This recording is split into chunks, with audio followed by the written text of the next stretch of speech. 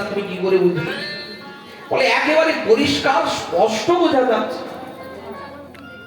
এ কথা না জগন্নাথ মিশ্র বলেছিল, দেখতে আমার মতো হয়েছে। আবার আপনিও বলছেন আমার মতো। বলে আরে না না, আমার মতোই হয়েছে। আরে কি করে বুঝছেন? বলে দেখুন, আমারও একটা দাঁত নাই, ওরও একটা দাঁত নাই, একেবারে আমার মতো। আমারও ফোগলা দাঁত, ওরও ফোগলা দাঁত, তাহলে আমার মতোই দেখতে কিনা? আরে সরসর, ওসব কথা এখন কাজ নেই, আমার কিছু কাজ আছে। জ্যোতির্বিদ তো, উনি জ্যোতিষ শাস্ত্রে খুব পারঙ্গম। তো উনি সঙ্গে সঙ্গে সব লগ্ন সবকিছু বিচার করে দেখছে। লগ্নগুনি হর্ষবতী নীলাম্বর চক্রবর্তী। আহা, এত সুন্দর লগ্ন, এত চিহ্ন, এত লক্ষণ দেখে আনন্দে জগন্নাথ মিশ্রের হাতে ধরে বাইরে নিয়ে গিয়েছে। গুপ্তে কিছু কহিলাম স্ত্রী, শোনো জগন্নাথ, সব মহাপুরুষের চিহ্ন লগ্নে অঙ্গে ভিন্ন ভিন্ন, দেখিয়েই নিশ্চয় তারিবে সংসার, সংসারকে তাড়িয়ে দেবে। ওইছে প্রভু সচি ঘরে কৃপায় হইল অবতারী, যেই ইহা করয়ে শ্রবণ, গৌর প্রভু দয়াময় তারে হয়েন সদয়, সেই পায় তাহার চরণ। যদি মহাপ্রভুকে পেতে হয় তাহলে মহাপ্রভুর কথাগুলি বারংবার শ্রবণ করতে হবে।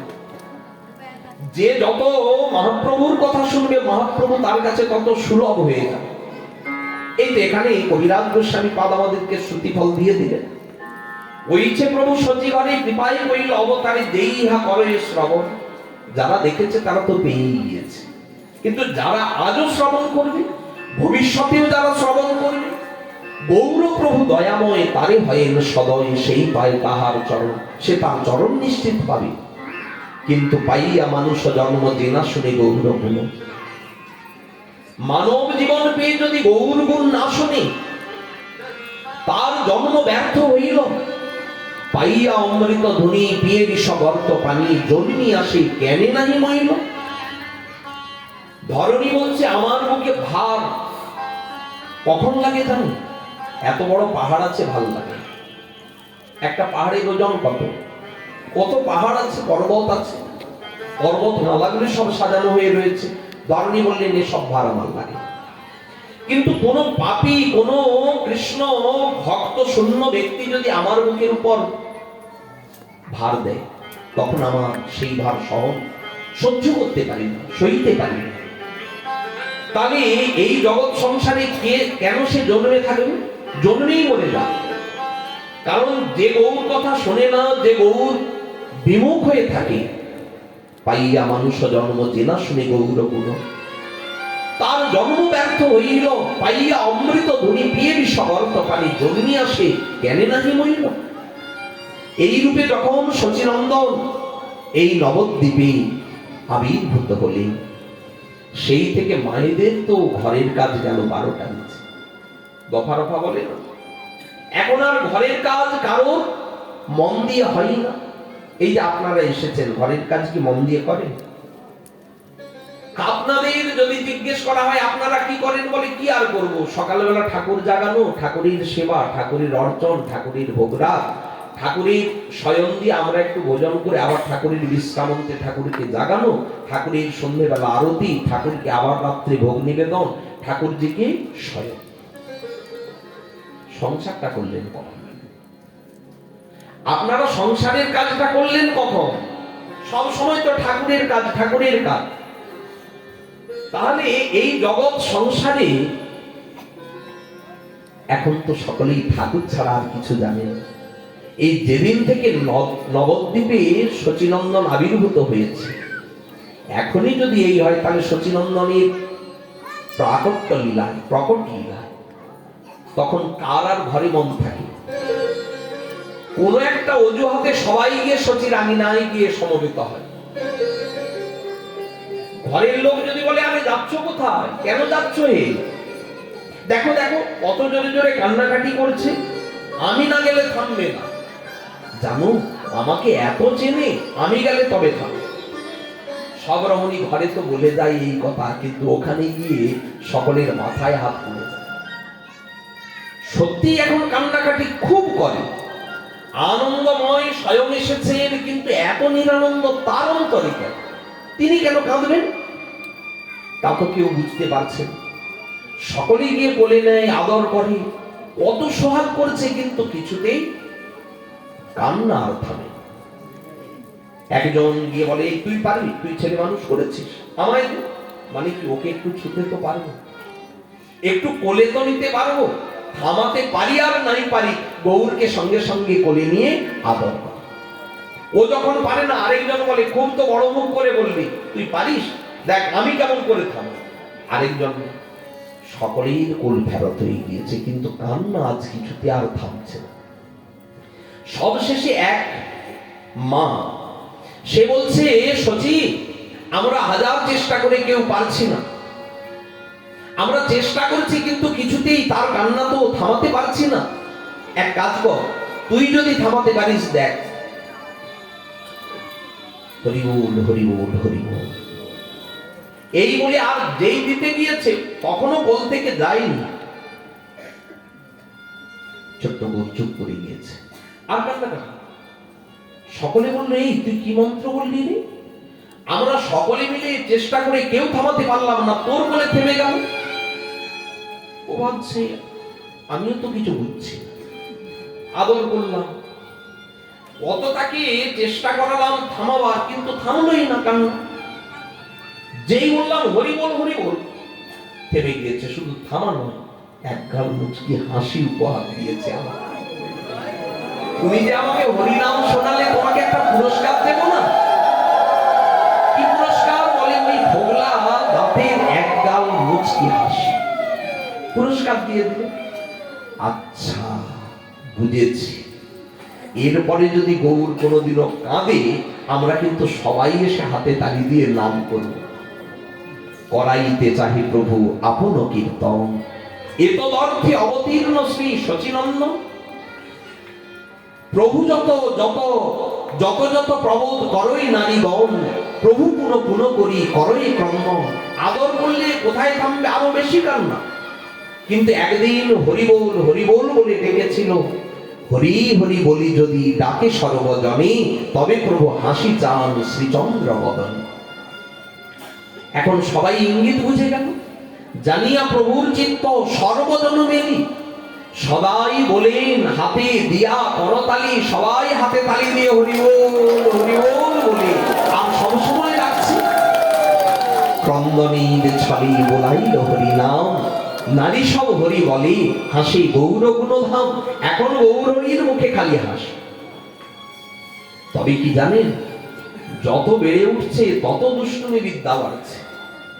এই তো সেদিনে কি করেছে জানেন, মায়ের কোলে বাৎসল্য স্নেহ আস্বাদন করতে করতে ঘুমিয়ে পড়েছে। মা গিয়ে শয়ন করিয়েছে। মা ঘরের কাজ একটু একাই তো মা, মায়ের ঘরে তো আর দাস দাসী বেশি নাই, এক হাতে সব কাজ সামলাতে হয়। মা গৌরকে শয়ন করিয়ে বাইরে যেই কাজকর্ম করছে, হঠাৎ উকি দিয়ে দেখে সারা ঘর এলোমেলো, সব দ্রব্য, দুধের ভাণ্ড, ঘোলের ভাণ্ড, ঘিয়ের ভাঁড়, ওদিকে চিনি, মুগ ডাল, চাল, সবকিছু একেবারে মাখা। আরে ভেতরে কেই কাণ্ড করলো? এখনো কিন্তু পাশ ফিরতে ঠিক মতো শেখে। উত্তান শয়নে থাকে, একভাবে শুয়ে থাকে। অথচ সেই সময় ঘরের ভিতরে এই দৃশ্য। মা ভয় পেয়ে ভীত হয়ে ডাক দিলেন। কোনো বালক শিশু তো আসেনি, তাহলে কাণ্ডটা করলো কি? জগন্নাথ মিশ্র এসে কিছু লঘু পদচিহ্ন দিল।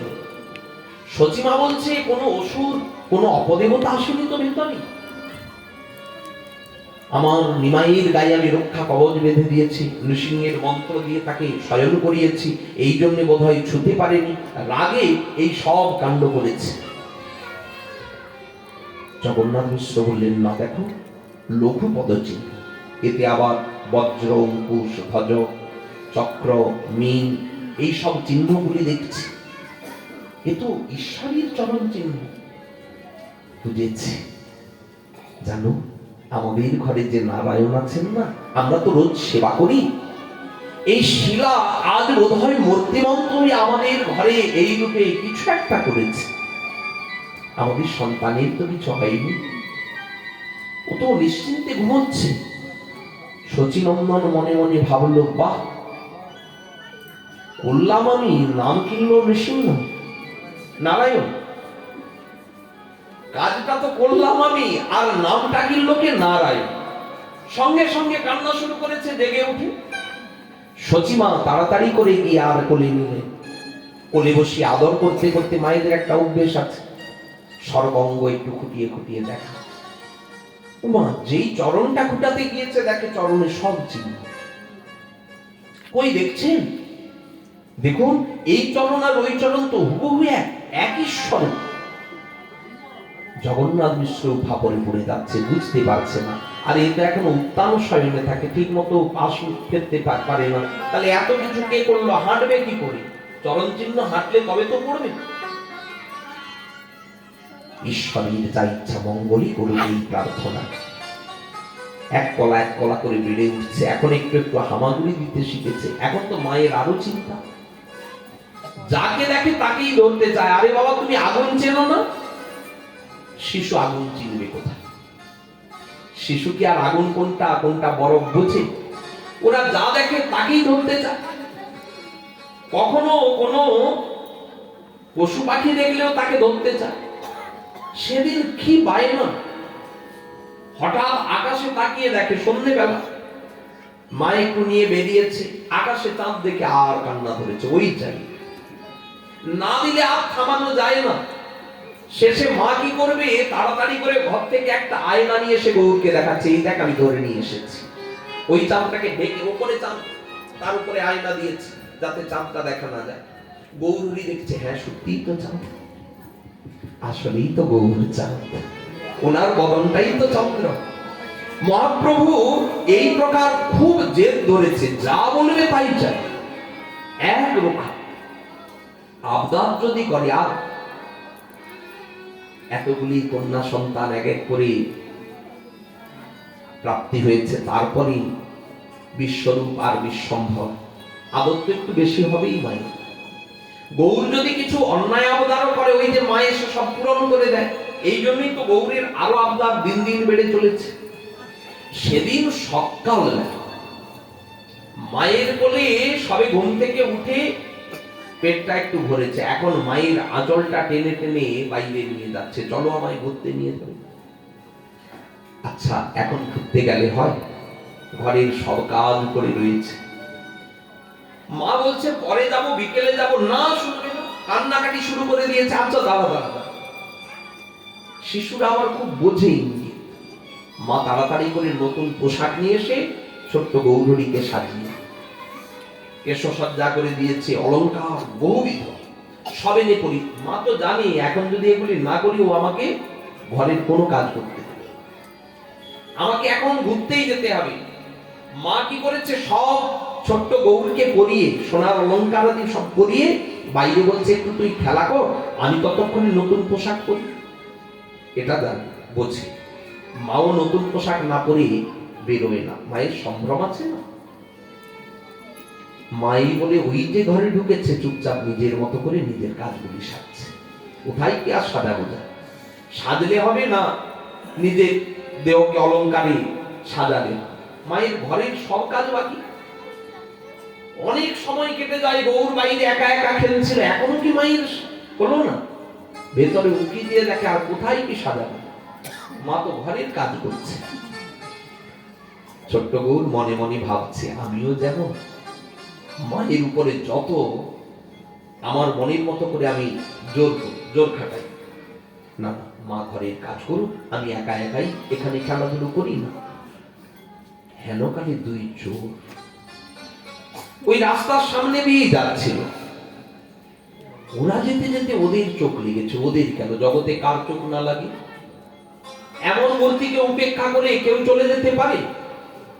নবদ্বীপে যাবেন ধামেশ্বর মহাপ্রভুকে, কি মহাপ্রভুর জন্মস্থানে সচির কোলে ছোট্ট গৌরকে না দেখে আসতে পারবেন?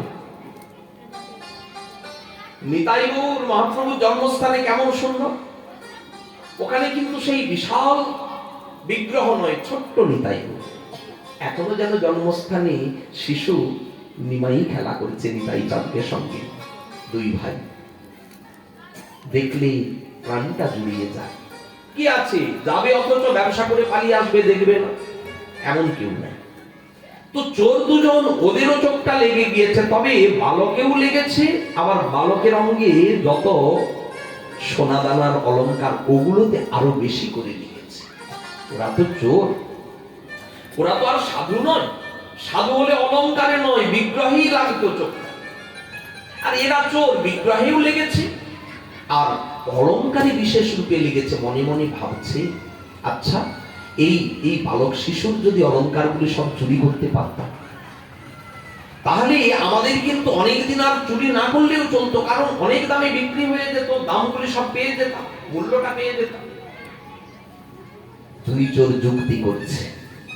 একদিন প্রভুরে দেখিয়া দুই চোরে যুক্তি করে, কার শিশু বেড়ায় নগরে। প্রভুর শ্রী অঙ্গে দেখি দিব্য অলংকার, হরিবাড়ি দুই চোর চিনতে পরকা। কি করে চুরি করা যায় বলতো? একজন বলে, দাঁড়া একটু চেষ্টা তো করি। বলে, দেখ সাবধানী, শিশুর কাছে গেলে অচেনা অজানা লোক, তখন কিন্তু শিশু ভয় পায়। ও যদি আবার কান্নাকাটি করে ওঠে, আমরা কিন্তু ধরা পড়ে যাব। একটু সামলে সাবধানে পাটা ফেল। এক চোর বলে, দাঁড়া আমি যাই, তুই কিন্তু লক্ষ্য নজর রাখবি এদিক ওদিক, কেউ আসছে কিনা, চুরি করার ব্যাপার কিনা। তো এক চোর ভেতরে যাচ্ছে, কি বলে, বাপ বাপ বলিয়া চোরে লইল কোলে, এতক্ষণ কোথা ছিলে। আর চোর বলে, এক চোর বলছে, বাপ বাপ কোথায় ছিলে এতক্ষণ। আরেক চোর দেখছে কিছু যখন বলছে না, বলে, আচ্ছা দেখি না, কোলে তো করি। আচ্ছা অন্যের কাছে যাই হোক, গৌরীর কাছে কোনো বিচার আছে না। দেখুন, যত জগতে দেবতা, সবার কাছে আপন পর একটা বুদ্ধি আছে। প্রহ্লাদকে কোলে বসিয়েছে, আর সেই কোলে বসিয়ে একজনের বুক চিনেছে, ওনারই পিতা, তাই না? যে কোলে বুক চিনেছে সেই কোলে আবার মুখচুম্বন করছে প্রহ্লাদে। আপন আছে, পর আছে। গৌর বলে, আমার কেউ আপন, আমার কেউ পর নয়, সবাই আমার নিজে। শুধু আমাকে যদি একটু ভালোবাসো, বাপ বাপ বলে সম্বোধন করে কোলে নিচ্ছে, তাহলে আমি কি করে তার কাছে না গিয়ে থাকি? আর সর্বান্তর্যামী তো উনি তো জানেন এরা আমাকে কাঁধে নিলেই দৌড়। আর এতক্ষণ ধরে মায়ের কাছে ওই বাইনাটাই আমি করছিলাম না, ও মা আমাকে একটু ঘুরতে নিয়ে চলো। মা কাজ করে করুক, আমি এই দুজন চোরের কাঁধে চড়েই একটু নবদ্বীপটা ঘুরে নিই না। একেবারে হাত বাড়িয়ে যেন কত চেনা পরিচিত। কোলে উঠে পড়েছে, তবে কোলে থাকবে না। এত মনের ইচ্ছা, কোলে থাকবো না, তাহলে কাঁধে চড়বো। নিচে থাকবো কেন, উপরে উঠবো। কাঁধে চড়েছে, হাতটা রেখেছে মাথার উপরে, ব্যাস চোরের তো বুদ্ধি গেল। ওনার হাত যদি কারোর মাথায় থাকে, আর চোরের চুরি বুদ্ধি থাকবে? দেখেন না, অনেকে এসে বলে, বাবা একটু আশীর্বাদ করুন। কি আশীর্বাদ? মাথায় একটু হাত দিয়ে দিন। এখন বলাটাও কিন্তু সাবধান। দেখুন, কে আর জানে কে কার কাছ থেকে কোন আশীর্বাদ নিয়ে আসে না আসে, হতে পারে না বৃকাসুর। এমন যদি কেউ কঠিন কঠোর তপস্যা করে ব্রহ্মার থেকে যদি, মহাদেবের থেকে যদি আশীর্বাদটা নিয়ে নেয়, যার মাথায় হাত দেব তার মাথায় ভস্য হয়ে যাবে। আমাদেরকে বলে না, বাবা একটু মাথায় হাত দিয়ে দিন। আরে বেটা, হাত দিলে যদি ভস্য হয়ে যাস, তখন কিন্তু আমাকে দোষ দিবি না। শেষে একেবারে শাস্ত্রে আমার নামে কেচ্ছা সব ছড়ানো হবে, এসব কিন্তু চলবে। বাবা হাত দাও মাথায়। এখন গৌরহরিকে বলেনি, কিন্তু উনি নিজের থেকেই মাথায় হাতটা দিয়েছে। চোরের চুরি বুদ্ধি আর থাকবে কেন? চোরের মাথায় যেই হাত পড়েছে, চোরের সব বুদ্ধি গিয়েছে গোল্লা। এখন চোর বেচারা রাস্তায় খাওয়া করতে পারছে না, চিনতে পারছে না। এ জগতে চোরের কখনো পথ চিনতে অসুবিধে হয় না। আরে গৃহস্থ যে গ্রামে থাকে, এই গ্রামের তো প্রত্যেকটা ইট কাঠ পাথরও চেনা থাকে। দেখবেন কোথাও যদি একটা কিছু উঠে থাকে, যারা ওই রাস্তা দিয়ে রোজ যায় ওরা কিন্তু হোঁচট খায়। ওরা জানে এখানটায় গাছটা আছে, এখানটায় উঁচু আছে, ঠিক সেই মতো করেই ওরা কথা বলতে বলতে চলে যায়। চোর তো আর সবদিন এই গ্রামে এই পথে তো আসে না। আজ হঠাৎ এই পথে এসেছিল, বালককে দেখে যাচ্ছে, বলে তাই না? চোর কখনো ধরা দেখেছে? আগেকার দিনে গ্রামে গ্রামে চোর পড়তো, চোর চোর চোর, যেই চিৎকার শুনতো সবাই দৌড়ে আসছে, ধপ ধপ ধর বলে সবাই ধরছে। গ্রামের লোক আরেকটা গ্রামের লোককে ধরছে, চোর আর ধরা পড়ে। চোর যে কোন পথে দেহে দৌড়, কে আর ধরবে? আচ্ছা, কোনো রাস্তাই নাই, চোর গেল কি করে? বলে চোর রাস্তা নিজের থেকে করে নেয়। ওরা মূল রাস্তা দিয়ে কখনো যায় না। চোর চোর বলে যদি একবার চিৎকার হয়, একবার যদি চোর চোর বলে চিৎকার হয়, তাহলে কিন্তু আর ওই চোরের রাস্তা নিজের তৈরি হয়ে যায়। ওরা কোনখান দিয়ে যাবে ওরাই যায়। তাহলে চোর নিজের রাস্তা বানাতে পারে, তার রাস্তা ভুল হয় না। আজ দুই চোরের রাস্তা ভুল হয়ে যাচ্ছে। এক চোর জিজ্ঞেস করছে কোন দিকে যাবো, ছোট্ট গৌ হাত দিয়ে দেখাচ্ছে ওই দিকে। কথা তো বলতে পারে না, ইঙ্গিতে ইশারায় উনি পড়বি, ইশারায় দেখাচ্ছে এই দিকে, সোজা বেলপুকুর চলুন, ওখান থেকে ওই দিকে চলুন। কোথায়? ওই যে জগন্নাথ মন্দির যে রয়েছে না, সীমন্ত দ্বীপ, রুদ্রদ্বীপ, সীমন্ত দ্বীপ, এখান থেকে সোজা চলুন ওই দিকে দেখাচ্ছে। কোথায়? গদ্রম দ্বীপ, মধ্যদ্বীপ, কোলদ্বীপ, একেবারে সারা নবদ্বীপ পরিক্রমা করিয়ে নিচ্ছে দুই চোরকে। বলে আজকে ওদের ভজন করিয়ে। চোরের উপায় নাই, ওরা যদি না কাঁধে করে নিয়ে যায় যেদিকে বলছে, ছেলেটা যদি কান্নাকাটি করে সবাই এসে ধরবে, তুমি কাঁদছো, এ কাঁদছে কেন? তাহলে তোমরা নিশ্চয়ই অন্য কেউ। ছেলে চুরির দায় এসেছে, মার খেতে হবে। ওরে বাবারে বাবা, চোরের মার কি সে তো আমরা জানি। ধরা পড়া চলবে না, যেদিকে বলছে চলো। এদিকে তো নবদ্বীপে সবাই খোঁজাখুঁজি করছে, আমাদের নিমাই গেল কোথায়? খোঁজ খোঁজ খোঁজ, আর কোথাও খুঁজে পায় না। মা তো ক্ষণে ক্ষণে মূর্ছা যাচ্ছে। ছোট্ট গৌর বলে আর ঘোরা চলবে। আমার মা কান্নাকাটি করছে, আর ঘুরবো না, সোজা বিদ্যানগর হয়ে চলে। ওখান থেকে মদদ্রম দ্বীপ হয়ে সোজা এসে উপস্থিত, যেখান থেকে ছেলেকে চুরি করে নিয়ে গিয়েছিল সেখানেই এসে ঢুকছে। দেখি লোকের কারণ। চোর কিন্তু বুঝতে পারেনি যেখান থেকে চুরি করেছিলাম সেখানে এসেছি। চোর বলে যাক, এতক্ষণে ঘরটা চিনতে পেরেছি। ওরা নিজের ঘর মনে করছে। কতক্ষণ ধরে একটা মাথার মধ্যে কেমন ভ্রম হয়ে গিয়েছে, এতক্ষণে নিজের ঘর জ্ঞানে ওরা ভেতরে প্রবেশ করেছে। আথে ব্যথে দুই চোর, তারা মনে মনে ভাবছে ঘরে যখন এসে গিয়েছে আর চিন্তা নেই, এবার নামাই। এই বলে যেই নামিয়েছে, মাথাটা গিয়েছে ঘুরে। আরে এ কোন জায়গা, আমাদের ঘর কোথায়? এ তো ওর ঘর, এখান থেকেই তো চুরি করেছিলাম। সবাই বলা বলি করছে, আচ্ছা আমাদের নিমাই গেল কোথায়? কে চুরি করে নিয়ে গেল? চোরের তো গা হাত পা সব কাঁপছে। এখনো পর্যন্ত ধরা পড়িনি, কিন্তু যদি ধরা পড়ে যায়, পড়েই তো গেলাম বললেই হয়। ওরা তাড়াতাড়ি করে মাথা নামাবে না মাথা তুলে কোন দিকে যাবে চিন্তা করে উঠতে পারছে। এক চোর আরেক চোরের গায়ে চিমটি কেটে বলছে তাড়াতাড়ি পিছু হ, মানে উল্টো দিকে চল। এখনো কেউ বুঝতে পারে। হঠাৎ করে সবাই বলছে আরে এই তো বিশ্বম্বর। বলে দেখ ওদিকে এখন সবার মন গিয়েছে, এই তালে ভাগ।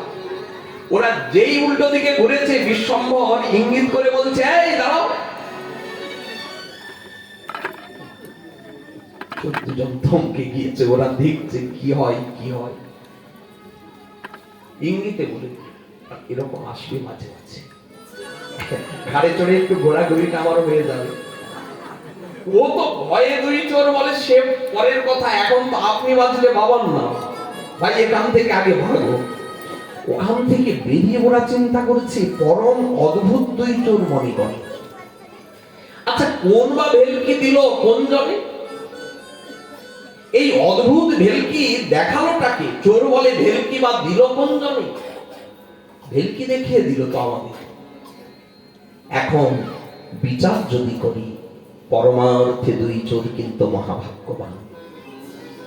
যার সন্ধে স্বয়ং নারায়ণ করিলা উত্থান, চোরের কাঁধে তো উনি চড়েছে, সেই থেকে চোর আর চুরি কার্য কিন্তু করে। চৌর্য বৃত্তি ছেড়ে দিলে ওরা সাধু হয়ে গেল, রোজ গৌরহরিকে দেখতে আসতো। এমন করে এক একজনের কাছে নিজেকে একটু একটু প্রকাশ করছে, সকলের কাছে নয়। সকলে তো বিশ্বম্ভর, নিমাই, গৌর, গৌরহরি, যার যেই নাম ভালো লাগে সেই নামেই তারা আত্মহারা। তারা আপন ছাড়া পর কখনো ভাবে না। সারা নবদ্বীপে প্রত্যেকে তাই। তবে কি জানেন, দিন যত যাচ্ছে ছোট্ট গৌর ততই দুষ্টু হচ্ছে। সেদিন যেমন কোথায় গিয়েছিল বলতে পারলো না। নিমাই অবশ্য বলেছিল ঘুরতে গিয়েছিলাম, পথ হারিয়ে ফেলেছিলাম। পরে দুইজন আমাকে খুব আদর করে কাঁধে করে চড়িয়ে এনে এখানে দিয়ে গিয়েছে।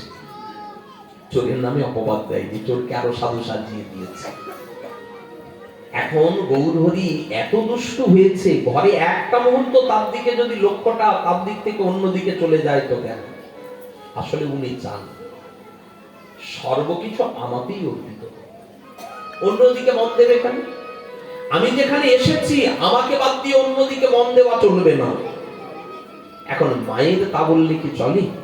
মায়ের নানান কাজ থাকে, আর যদি ওকে নিয়ে বসে থাকে তাহলে রান্না বান্নাই বাকি করবে, ঘরের কাজ সবই তো করতে হবে মাকে।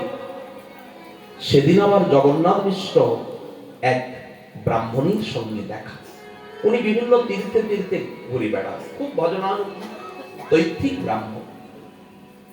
ওনার সঙ্গে আবার আছে এক গোপাল বিগ্রহ, একটা সিংহাসন। উনি কণ্ঠের মধ্যে ওই সিংহাসনকে বেঁধে নিয়ে ঘোরে, যেখানে যান গোপাল সাথে হয়ে যায়।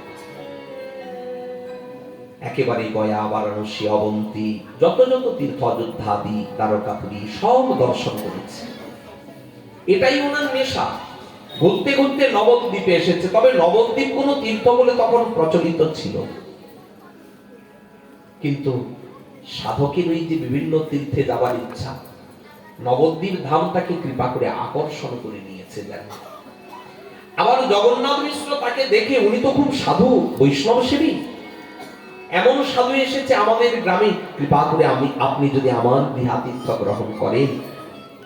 ব্রাহ্মণ বললেন ঠিক আছে, কিন্তু একটা শর্ত, আমি কিন্তু নিজের হাতে পাক করি, কারোর হাতের পাক আমি গ্রহণ করি। আপনার যাতে সুখ সেটাই আমাদের সেবা দেওয়া, আমাদের সুখ মতো আপনাকে সেবা দেবো, সেটা তাহলে আমাদের সেবা হয়ে যাবে। আপনার যাতে সুখ আপনি তাই করুন, জোগাড় আয়োজন সব করে দিচ্ছি, করে দাও। ঘরে গিয়ে রন্ধনের সব আয়োজন হয়ে গিয়েছে।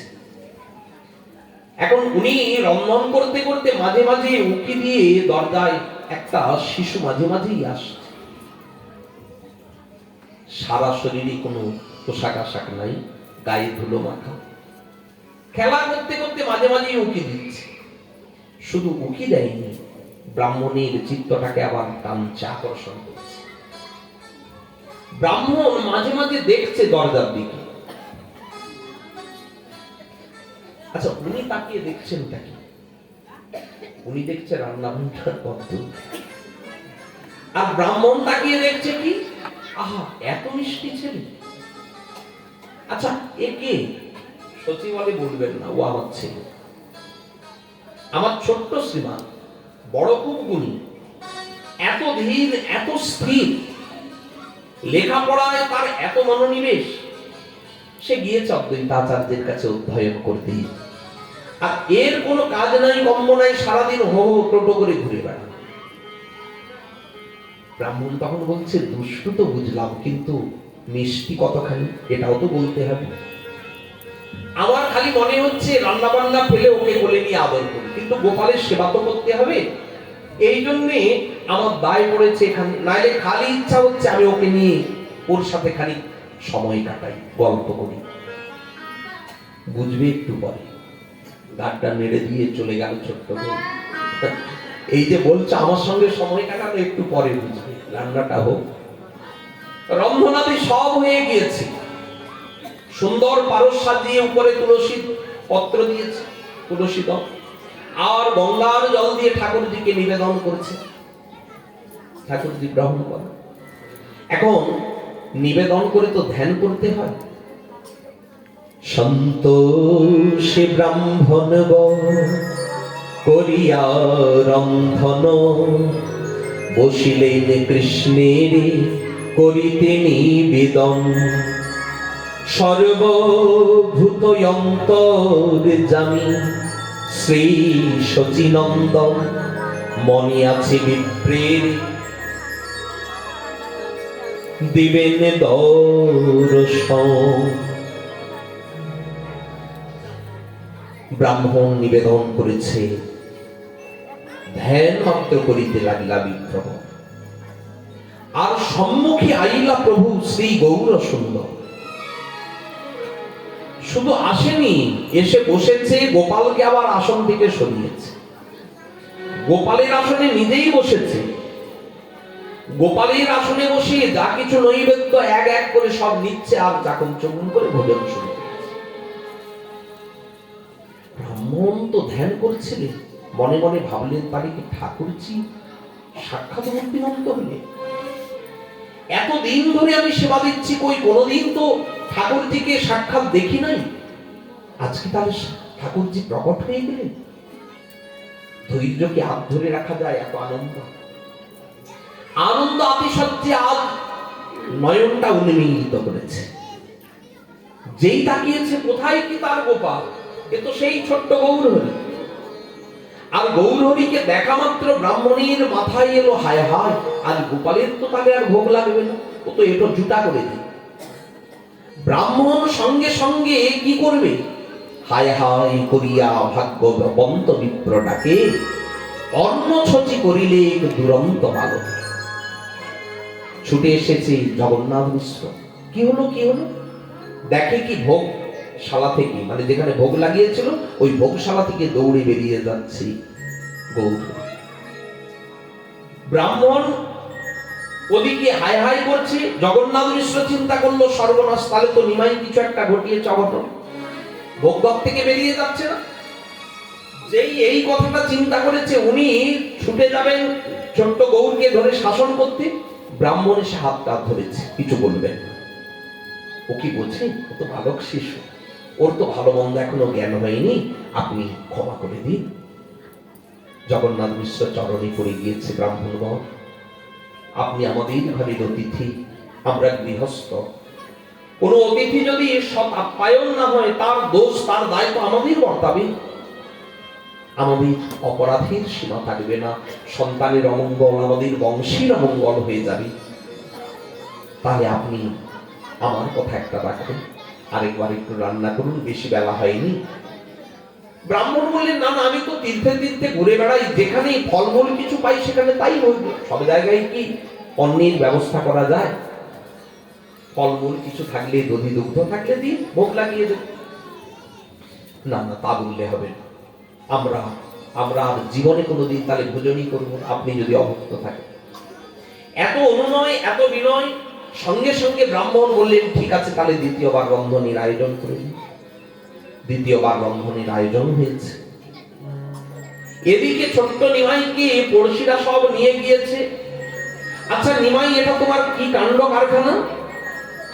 খুব ঢং দেখাতে পারো তুমি। নিমাই বলে আমি আবার কি ঢং দেখাবো? সবই বলেন ওই নিমাই ঢং জাতি, এবার কি করিবা? তোমার যে গেল জাতি, তুমি বামুনের ছেলে, আর ব্রাহ্মণ হয়ে তুমি করলে কি? কোথাকার ব্রাহ্মণ, কোন কুলে তার জন্ম কিছু জানো? কিছু জানি। তার অন্ন খাইলে জাতি রাখিবে কেমন? যাত্রার হাতে ছোঁয়া ব্রাহ্মণের ছেলের খেতে আছে, তোমার জাতিটা এখন থাকবে কি করে? ছোট্ট নিমাই হেসে বলে আরে কোথাকার কি জাতি, আমি তো জাতিতে গোয়ালা, আমি জাতিতে গোয়াল, ব্রাহ্মণের অন্ন আমি খাই চিরকাল। তত্ত্ব কথা শুনিয়ে দিলেন, কিন্তু কে বুঝবে? ওরা তো ভালোবাসায় অন্ধ, ওরা ওই সব তত্ত্ব জানে। যত ঢং নিমাই। নিমাই বলে কোনো ঢং টং নয়। এদিকে দ্বিতীয়বার রন্ধন হয়ে গিয়েছে, ভোগ লাগানো। সকলের চোখে ধুলো দিয়ে কখন যে এসে আবার ভোগশালায় ঢুকে গিয়েছে কে জানে। আবার সেই গোপালকে সরিয়ে আবার মেঘে চোখে চাকম চকুম শব্দ। এই চাকম চকুম শব্দ শুনে ব্রাহ্মণের তো মাথা খারাপ, হায় হায় আবার কি সেই ছেলেটা এলো? এখন আর মনে করছে না ঠাকুরজি মূর্তিমন্ত হলেন কিনা। আবার সেই দুষ্টু দুরন্ত ছেলেটা এলো না তো, যেই ভাবনা সেই কাজ। তাকিয়ে দেখে, হ্যাঁ সেই গৌর, ছোট্ট গৌর হায় হায় করে আবার যেই ডেকেছে, নিমাই বলে এক মুহূর্ত দেরি করা যাবে না, বাবা যদি এসে যায়। আর ব্রাহ্মণ কেন, ব্রাহ্মণের বাবাও আর বাঁচাতে পারবে না। এখন আমাকে যেন তেন প্রকারে এখান থেকে দৌড় লাগাতে হবে। ছোট্ট গৌর প্রাণপণে দৌড়ে পালাচ্ছে। এদিকে জগন্নাথ মিশ্র এসে যখন দেখলো ভোগশালা থেকে আবার বেরিয়ে যাচ্ছে, জগন্নাথ মিশ্রের তো মাথা খারাপ। তাহলে ব্রাহ্মণের আবার দুটা করেছে। মিশ্র বলে দাঁড়া দাঁড়া, ওরে নিমাই একবার দাঁড়া। আর দাঁড়ায়, এই কথাটা যদি কোনো বাবা বলে তার ছেলে আর এক মুহূর্ত দাঁড়াবে, আমাদের কথাটাই চিন্তা করি। ছোটবেলায় বাবা যখন বলতে এই দাঁড়া দাঁড়া দাঁড়া, হয়েছে খেয়েছে, এখন আর দাঁড়ানো যাবে না। বোকা হলে দাঁড়িয়ে পড়তো, চালাক চতুর হলে দাঁড়াবে না, বলবে ওরে বাবারি বাবা, বাবাই বলছে দাঁড়া, অথচ বাপ বাপ বলে ও দৌড়চ্ছে, ওরে বাবা বলে দৌড় লাগাচ্ছে। তাহলে বাবা কত ভয়ঙ্কর। জগন্নাথ মিশ্র যখন পিছন পিছন যাচ্ছে, মিশ্র বলে আজই দেখো করো তোর কার্য, আজ কাজ সারবো, দাঁড়া। তোর মতো পরম অবুধ আমি আর্য, যেরকম বোকাটে হয় অবুধ হয়, আমি তার শিক্ষা দিতে খুব ভালো জানি, আমি আচার্য সেই রকম। হেন মহা চোর শিশু কার ঘরে আছে? সবাই বলে আরে হলোটা কি, হলো কি মানে আপনাদের ঘরে এমন চোর শিশু আছে? এতগুলি মিশ্র প্রভুর ভাই পাছে পাছে। ছোট্ট গহুর এখন হাসি কান্নায় মেশামেশি, মানে একদিকে ভয় হচ্ছে যদি বাবা ধরে ফেলে, আরেকদিকে হাসি আসছে বাবা কি আমায় ধরতে পারবে। দৌড়ে গিয়ে কোন ক্রমে এক মায়ের ঘরে প্রবেশ করে। সবাই ওনাকে ভালোবাসে, ঘরে ঢুকে বলছে চুপ, বাবা আসছে বলবে না। বলে দাঁড়া এক্ষুনি বলবে, খুব দুষ্টুমি তাই না, বলে দেখো। ছোট্ট গৌর আমার ভয় দেখাচ্ছে, বলে দেখো। কেন, বললে কি করবি? ঘরের ভিতটা যদি উপরে আর ছাদটা যদি নিচে নামাতে না পারি, তাহলে আমিও বিশ্বাস করবো। তা পাঠে বটে, এই বিশ্বাস নাই, কি কাণ্ড ঘটাবে ওকে কোনো বিশ্বাস করা যায় না। আসলে গোপাল এইসব লীলাগুলি করতেন না, এখানেও ঠিক সেই লীলা। ওখানে কি করতো? চুরি। ওহ বুদ্ধি, কার ঘরে না চুরি করেছে? একমাত্র বাকি ছিল প্রভাবতীর ঘরে, তাই না? প্রভাবতী একটু খুব গম্ভীর থাকে, সচরাচর কারোর সাথে কথা কয় না।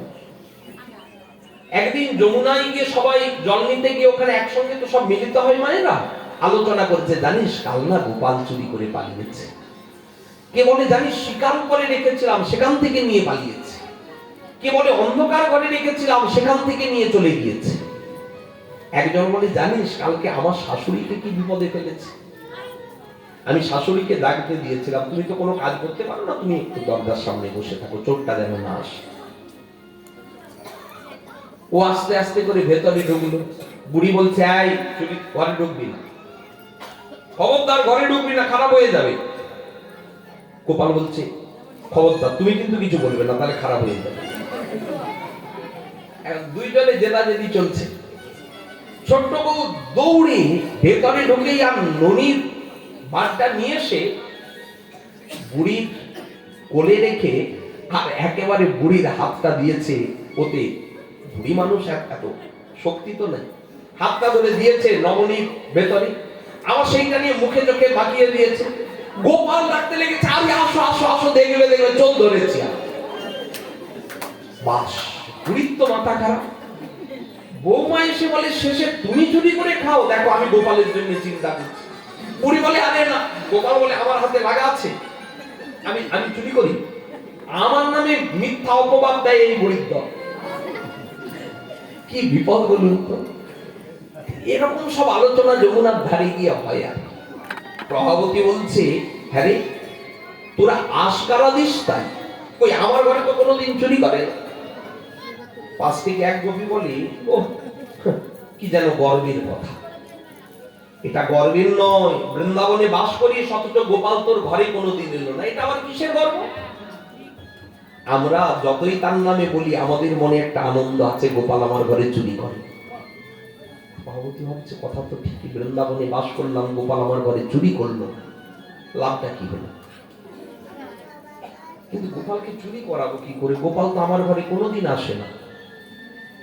প্রভাবতী বুদ্ধি খাটিয়েছে। একদিন আসলে বৃন্দাবনে একটা সম্প্রদায় আছে, যেমন এখানে ক্লাব থাকে না, ওখানেও একটা এরকম প্রতিষ্ঠিত সম্প্রদায় আছে, সংঘ আছে। কি সংঘ জানেন? এর নাম দিয়েছে ব্রজী ননিচোরা সম্প্রদায় সংঘ। যত জনের ননি খেতে ইচ্ছা, চুরি করার ইচ্ছা, সবই দলে নাম লিখানো আছে। ওরাই কিন্তু সব ঠিকানা দেয়, কার ঘরে কোন দিন কি নবনী হয়েছে না হয়েছে, ওরাই সব খবরগুলি এনে গোপালকে দেয়। দলের লোকই তো সহায়তা করে না। এখন সেই মতো এক এক ঘরে চুরি হয়। একেবারে এত বড় পঞ্জিকা করা আছে গোপালের। গোপালের পঞ্জিকা অনেক বড়, কবে কার ঘরে কোন সময় চুরি হবে সব লেখা আছে পঞ্জিকা। তবে প্রভাবতীর নামটা ওখানে নেই। প্রভাবতীরও ছেলে কিন্তু ওই দলের সঙ্গে যুক্ত। প্রভাবতী বুদ্ধি করে একদিন ছেলেকে শুনিয়ে শুনিয়ে বলছে, আমার ঘরে আজ যা ননি উঠেছে, এই মথুরায় সব থেকে বেশি দামে বিক্রি হবে, কিন্তু সাবধান, ওই চোর যেন সংবাদটা না দেওয়ার জন্যই কিন্তু বলছে শুনিয়ে শুনিয়ে। চোর যদি সংবাদ পায় তাহলে তো চুরি করতে আসবে, তবে সাহস হবে না, আমাকে ভয় পায়। ছোট্ট ছেলেটা দৌড়ে গিয়েছে, গোপাল গোপাল তা নয়, চল। কোথায়? আমার ঘর। আজকে জানিস সব থেকে নাকি বৃন্দাবনের সেরা ননি উঠিয়েছে আমার। গোপাল বলে যাব। মা বলছিল বটে তুই নাকি খুব ভয় পাস। এই গোপাল বলে আমি ডরাই? গোপাল আবার কাকে ডরায়? এই কে কোথায় আছিস, চল আজ প্রভাবতীর ঘরেই যাব। সদল বলে একেবারে প্রভাবতীর ঘরে গিয়ে হাজির। তবে পেছন থেকে গাছের আড়ালে আড়ালে সবাই লুকিয়ে আছে। প্রভাবতী ঘর থেকে বেরোক না, চুরিটা করবো কি করে? আস্তে আস্তে কথা না বলে বেরিয়ে না। এখন গোপাল যখন দেখছে প্রভাবতী এবারে জল আনতে বেরোবে, মাথায় সব কলসিগুলি সাজিয়ে প্রভাবতী বেরোচ্ছে। প্রভাবতী যখন বেরোচ্ছে, সব ছেলেগুলি ঘুরে ঘুরে, মানে আমাদেরকে যেন দেখতে না পায়। প্রভাবতী চলে গেল যমুনা, আর সব বালক শিশুকে ভেতরে নিয়ে ঢুকে আর দেখছে সত্যি আর সুন্দর নবনী তুলেছে। খাবে আর কত ওই বাচ্চা শিশুগুলি, বালক শিশু সব না, ওরা আর কত খাবে? গোপাল বলল যা কিছু আছে সব ঢেলে ফেল, ওই ঘোল দই দুধ মাখন যা আছে সব ঢেলে ফেলে দে। কেন? বলে কিনা আমি ডরাই, আমি ভয় পাই না। গোপাল কাকে ডরাই শিক্ষা দিতে হবে, সব ঢেলে সব ঢেলে একেবারে ঘর ভর্তি দধি দধি। আস্তে করে দরজাটি লাগিয়ে আবার বাইরে দেদারে সে লুকিয়ে লুকিয়ে দেখছে, দেখি এবার কি ঘটে।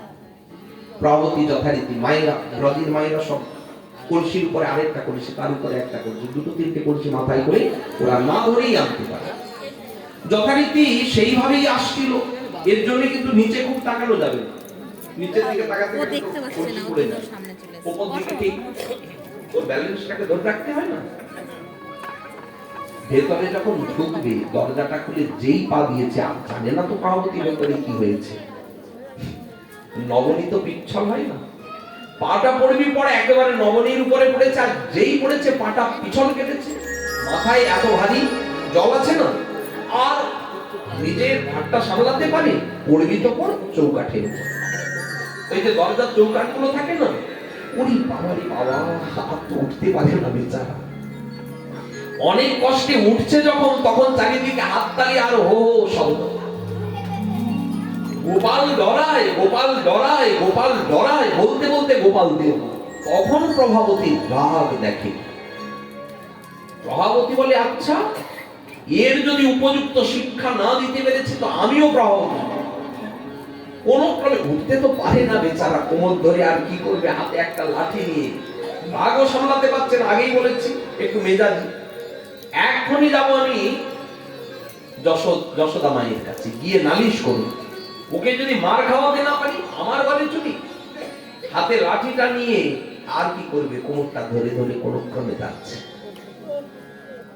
কই যশোদে, ওই যশোরে বাবা আমার নাম ধরে আবার ডাকে কি আমি রানী, এসে সবাই দিদি বলে ডাকে, একেবারে যশোদে যশোদে বলে ডাকছে। বেরিয়ে দেখি একজন বৃদ্ধা, না ডাকতেই পারে, বয়স্ক মানুষ।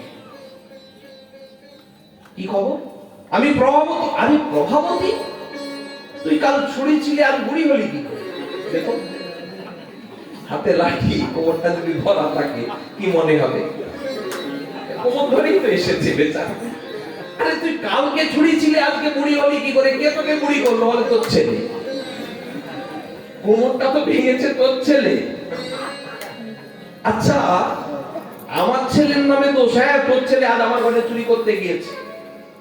পাশ থেকে গোপাল এসে দাঁড়িয়েছে। গোপাল বলছে, আচ্ছা মা দেখো কেমন মিথ্যে কথাটা শোনাচ্ছে। আমি আজ সারাদিন ঘর থেকে বেরিয়েছি, তোমার কোলেই বসেছিলাম, খালি আমার নামে অপবাদ কুৎসা, এটাই হচ্ছে ব্রজের সব মায়েদের কাজ। ওদের তো ঘরে কোনো কাজ নাই, দাস দাসী সব আছে, ওরা কি করবে? এই আমার নামে কুৎসা ছড়ানো, এই গোপাল চুরি করে, গোপাল চুরি। আজকে আমি সারাদিন মা বেরিয়েছি, মা বলেন না। আচ্ছা প্রভাবতী, এটা কিন্তু আমারও গায়ে লাগছে, আমার ছেলে চুরি করে, প্রমাণ আছে কিছু? প্রভাবতী বলে, প্রমাণ তো তোর ছেলে রেখে কিছু আসে না রে। তাহলে তুই যে আমার নামে আমার সামনে এসে এই সব কথাগুলি বলছিস, একটা প্রমাণ আনা দরকার কি? আর খবরদার কোনোদিন বলবি না। হ্যাঁ বলবি যদি তোর হাতে প্রমাণ থাকে, প্রমাণ নিয়ে তারপরে আমার কাছে আস। ছোট্ট গোপালকে আদর করে কোলে করে নিয়ে গেল। আরো মাথাটা খারাপ হয়ে গেল প্রভাবতী। এত কিছু কাণ্ড ঘটিয়ে আবার মায়ের আদর খাচ্ছে। দাঁড়াও, তুমি ঘরে গিয়ে বসে বসে বুদ্ধি আসছে কি করে করা যায়। প্রভাবতীর মাথায় একটা বুদ্ধি এসেছে, গোপালকে ধরা যায়। যথারীতি আবার সুন্দর নবনী তুলেছে। আমার ছেলেকে শুনিয়ে শুনিয়ে বলছে, আজ আরো সুন্দর নবনী উঠেছে। তবে হ্যাঁ, ও আর আসতে সাহস পাবে না, ঘর বয়ে গিয়েছে নালিশ করতে। তবে নবনী যাতে চুরি করতে না পারি, বা চুরি করলে যাতে ধরা পড়ে যায়, এর জন্য প্রত্যেকটা ভান্ডে আবার ঢাকনা দিয়েছে। আগে ঢাকাটাকে এত দিত না, আবার ঢাকনাগুলো সব উল্টে রেখেছে, মানে উপর করে ঢাকনাগুলো সব ভান্ডির মুখে মুখে লাগিয়েছে। ও গিয়ে আবার গিয়েছে, কানাই কানাই মা আজকে আরো সুন্দর নাকি ননি তুলেছে। বলে আর যাবো না, মা বলছিল তুই নাকি ভয় পেয়েছিস খুব, মা বলেছে তুই আর যাবি না। গোপাল কাউকে ডরায়, এই কে কোথায় আছিস চল। সকলকে নিয়ে আবার এসেছে, এসে বলছে দাদা গাছের পাকে পাকে। প্রভাবতী যথারীতি আবার জবান্তি বেরোচ্ছে। প্রভাবতী যেই গিয়েছে ঘরে গিয়ে সবাই ঢুকেছে, বলে এই দাঁড়া, কেউ হাত দিবি না। কিছু ফন্দি ফিকির করেছে কিনা আমাকে আমার একটু দেখা দরকার। বলা তো যায় না, ফন্দি আসতে পারে। এখন আস্তে করে বলে সব উপরে ঢাকনা দেওয়া কেন? গোপালের একটু সন্দেহ হচ্ছে। এই দাঁড়া দাঁড়া, একটা ঢাকনাকে আস্তে আস্তে তুলে দেখে সর্বনাশ, ভেতরে একটা করে ঘন্টা বাঁধা। মানে চুরি করতে যেই ওপরে ঢাকনা সরাতে যাবে, ঢং ঢং করে ঘন্টা বেজে উঠবে, প্রভাবতী এসে দৌড়ে ধরে ফেলবে, হাতে হাতে ধরা পড়ে যাবে। বুদ্ধি খাটিয়েছে, কিন্তু বুদ্ধি কাজ করলে তো। গোপাল তুলে বলছে, আচ্ছা তোমার বুদ্ধি, এবার আমার বুদ্ধি দেখো। এই ঘন্টা বাজবি না, বাজছে না। করতুম অকর্তুম অন্যথা করতুম সমর্থ, ওনার আজ্ঞাকে কে লঙ্ঘন করবে? এই যতক্ষণ চুরি করবো ততক্ষণ বাজবি না। লাগিয়ে দেখতে পাচ্ছে না ঘন্টা। গোপাল সব ঘন্টাকে বলে দিয়েছে তোরা কেউ বাজবি না যতক্ষণ চুরি করবো। এখন সব ননি রমণী গুলো হাতে করে নিচ্ছে, আর সখাদের হাতে হাতে ধরিয়ে দিচ্ছে, তোরা ধরে রাখ, এই কেউ খাবি না। আগে এর ভেতরে আবার কিছু বন্দি বিক্রি করা আছে কিনা। সবার হাতে ধরিয়ে শেষে নিজেও ধরে আর কষ্ট করে ঢাকনাটা লাগিয়েছে। এই দাঁড়া আমি আগে খেয়ে দেখি। মুখে যেই দেওয়ার ঘন্টা উনি ঢং ঢং ঢং করে বেজে উঠেছে। ঘন্টা যেই ঢং ঢং করে বেজে উঠেছে, প্রভাবতী দৌড়ে এসে হাত ধর্মিত ধর গোপালের হাতটা খপ করে ধরেছে। চোর চোর চোর। গোপাল তো ভেবা চাকা খেয়ে গিয়েছে, বলুন না। গোপাল ভেবা চাকা খেয়ে গিয়েছে। কি হলো? চলো এখন মায়ের কাছে বিচার হবে। হাতে নাতে ধরা পড়েছ, হাতে মাখন, আর এই আমার ভান্ডা আমি দেখিয়ে দেবো, দেখো আমার ভান্ডে হাত দিয়েছি। চলো গোপাল বলে, আরে যাবো তো যাবো, দাঁড়াও একটা আমার কাজ আছে। আবার কি কাজ? কার সাথে তোমার এখানে কাজ? বলে ঘন্টার সঙ্গে। এই ঘন্টা তুই বাজলি কেন? ঘন্টা বলে, আমার কি দোষ? দোষ মানে তোর জন্য আমি ধরা পড়লাম আর তুই বলছিস আমার দোষ কি? ঘন্টা বলে, আমার কিন্তু কোনো দোষ নেই, তুমি যতক্ষণ চুরি করেছো আমি বেঁধেছি। না তা তো বাজিস না, তাহলে এখন বাজলি কেন? আচ্ছা আপনি বলুন, ঠাকুরের ভোগ লাগবে আর ঘন্টা বাজবে না, এটা কি করে হয়? ঠাকুরের ভোগ লাগানোর সময় ঘন্টা বাজবে না? তা আমার কি দোষ? আপনি যখন ভোজন শুরু করেছেন ঘন্টা আমি ঢং ঢং করে বেজে উঠেছি। এ কি করবো, আমিও বিপদে পড়ে গিয়েছি, এতটা চিন্তা করিনি। গোপালকে ধরে নিয়ে আর একেবারে সোজা মায়ের কাছে, যশোদে। তবে হ্যাঁ, রাস্তায় যাবার সময় গোপাল বলছে, বাবা এত শক্ত করে ধরেছে, তো শক্ত করে না ধরলে তুমি যদি পালিয়ে। আচ্ছা ঠিক আছে, তখন থেকে এক হাত ধরে রেখেছো, এতটা ব্যথা হয়েছে, অন্য হাতটা ধরো। অন্য হাতটা ধরেছে, ধরে নিয়ে গিয়ে ডাকছে, যশোদে। যশোদে বেরিয়ে এসেছে। কি হলো? বিচার করো। তুমি বলেছিলে হাতে নাতে ধরে আনতে, চোর আমি হাতে নাতে ধরে এনেছি, এবার তুমি রানী, তুমি বিচার করো। যশোমতী বলে, আমার দরকার নেই, তোর দরকার, তুই বিচার কর। আরে আমি কেন বিচার করব? তোমার ছেলে চুরি করেছে। বলে হ্যাঁ, আমার ছেলে চুরি করলে আমি বিচার করতাম, কিন্তু তোমার ছেলে চুরি করেছে, আমি কেন বিচার করব? প্রভাবতী চিন্তা করছে, আমার ছেলে মানে তাকিয়ে দেখে, হ্যাঁ সত্যিই তো আমার ছেলে, কি আমি ধরে আছি।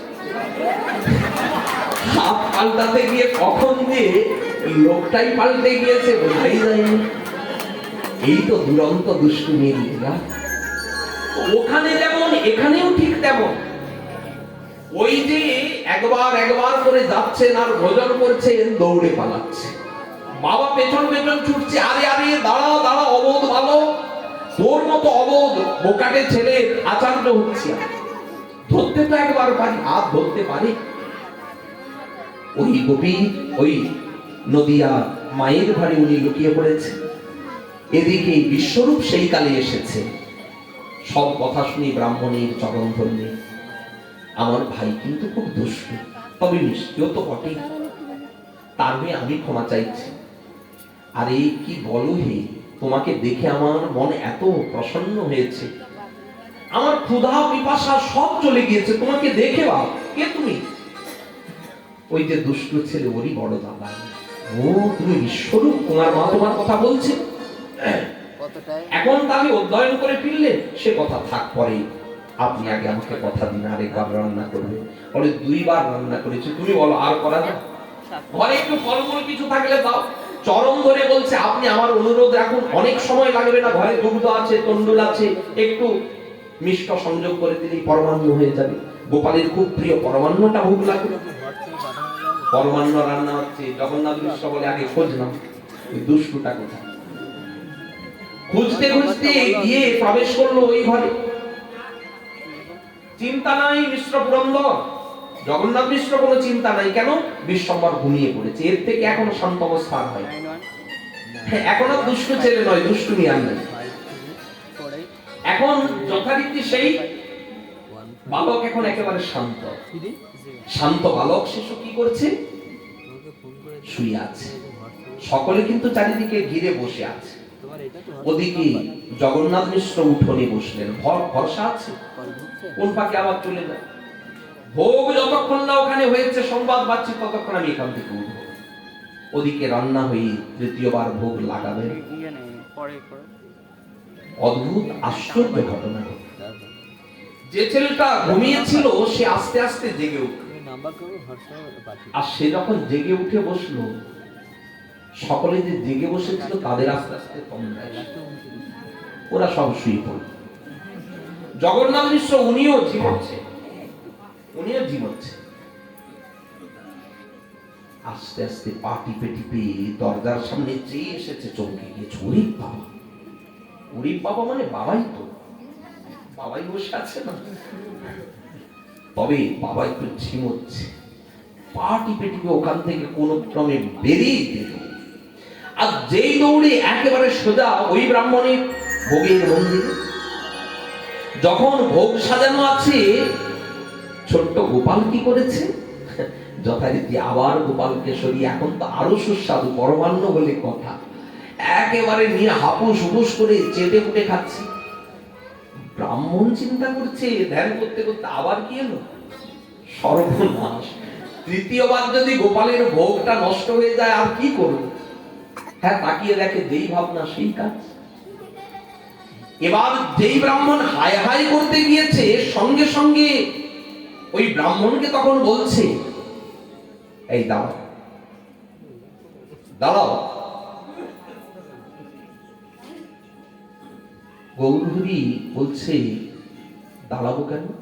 গৌরহরি বলছে, এই দাঁড়াও, হাই হাই করবে না। ব্রাহ্মণ বলে, দাঁড়াবো কেন? আমার ঘরে তুমি আমারই দ্রব্য নষ্ট করছো, আবার আমাকেই বলছো দাঁড়াও। দাঁড়াবোটা কেন? আমি দাঁড়াবো না, এক্ষুনি তোমার বাবাকে, তোমার পিতাকে ডেকে এক্ষুনি সব শুনিয়ে দেব। যেই বলেছে, সঙ্গে সঙ্গে গৌরহরি বলছে, আচ্ছা দাঁড়াও, আমার দোষটা কি? তুমি আমাকে বারবার ডাকছো, আর ভোজনের থালিতে যেই বসছি তুমি হায় হায় শব্দ করছো।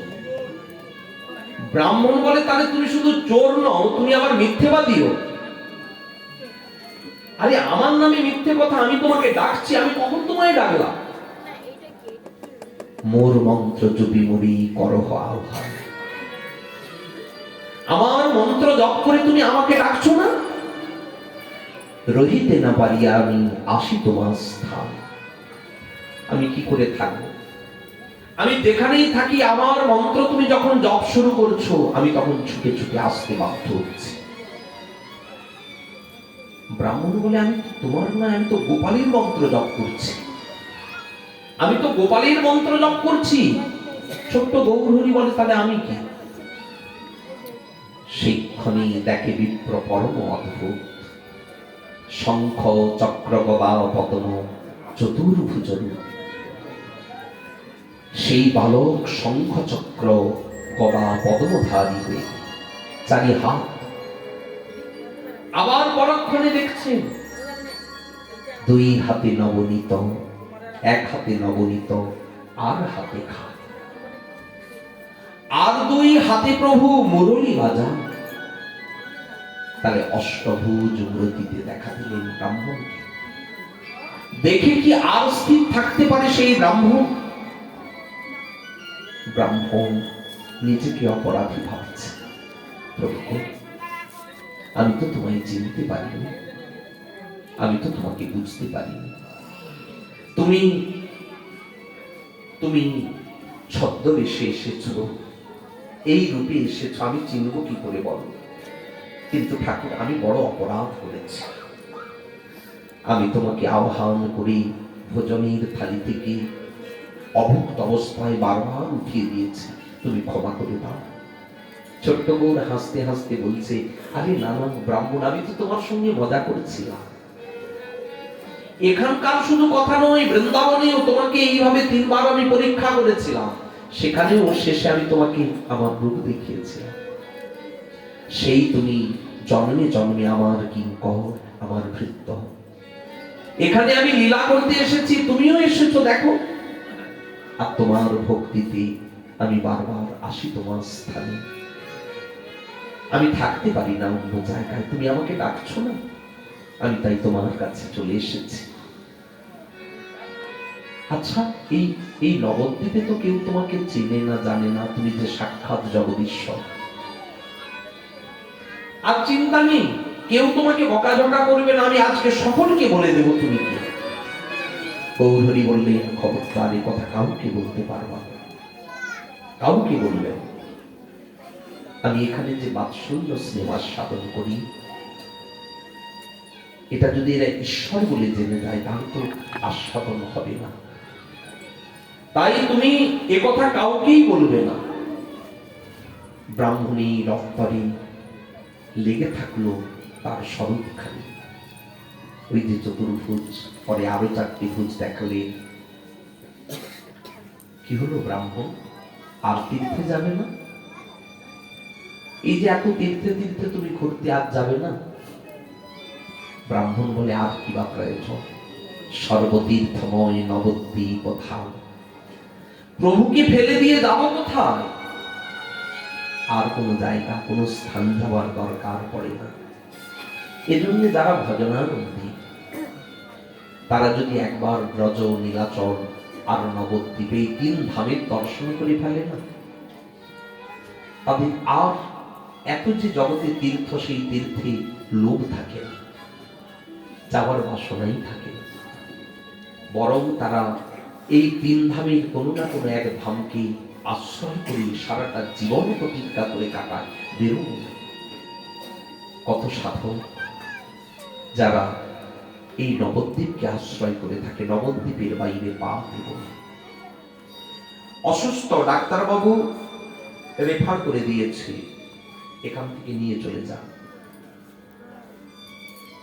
বৃদ্ধ বাবা বলে আমি বাইরে যাব না, একদিন না একদিন তো মরতেই হবে। ধামের বাইরে গিয়ে যদি প্রাণটা যায়, আমাদের গোবর্ধন পরিক্রমা নিত্য দেন 2 বার করে চৈতন্য বাবা।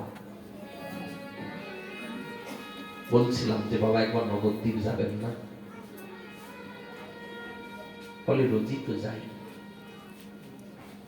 ভজনে রুচি তো যাই, কিন্তু দেহে আর যেতে ইচ্ছা নাই। বাবা নবদ্বীপ? বলে হ্যাঁ তা তো মানি, কিন্তু এই ব্রজ থেকে যাওয়ার পথে যদি প্রাণটা চলে যায়, তাহলে তো ধামের টচ পাবো না।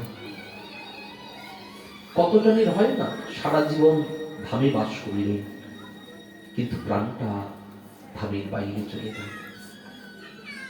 কতটা ধাম নিষ্ঠা! সেই ব্রাহ্মণ আর কোথাও গতাগতি করিলেন না, থেকে গেলেন এই নবদ্বীপ ধামে। ভাগ্যবন্ত, ভাগ্যবান। এমন করে ঠাকুরজিকে সাক্ষাতে, প্রকট লীলাতে দর্শন পাওয়া, স্বপ্নে পেলেও কত আমরা আনন্দিত হই। স্বপ্নের স্মৃতিও সারা জীবন থেকে যায়। একদিনও যদি কেউ দেখে আর সাক্ষাতে দেখা, সেই থেকে ব্রাহ্মণ ওখানেই থেকে গেলেন। প্রভু আবার ফিরে গিয়ে শুয়ে পড়লেন। সকলের নিদ্রা ভাঙল, সবাই এসে দেখলেন ব্রাহ্মণ সারা গায়ে পরমান্ন মেখে গড়াগড়ি যাচ্ছে। প্রভু এত দয়া,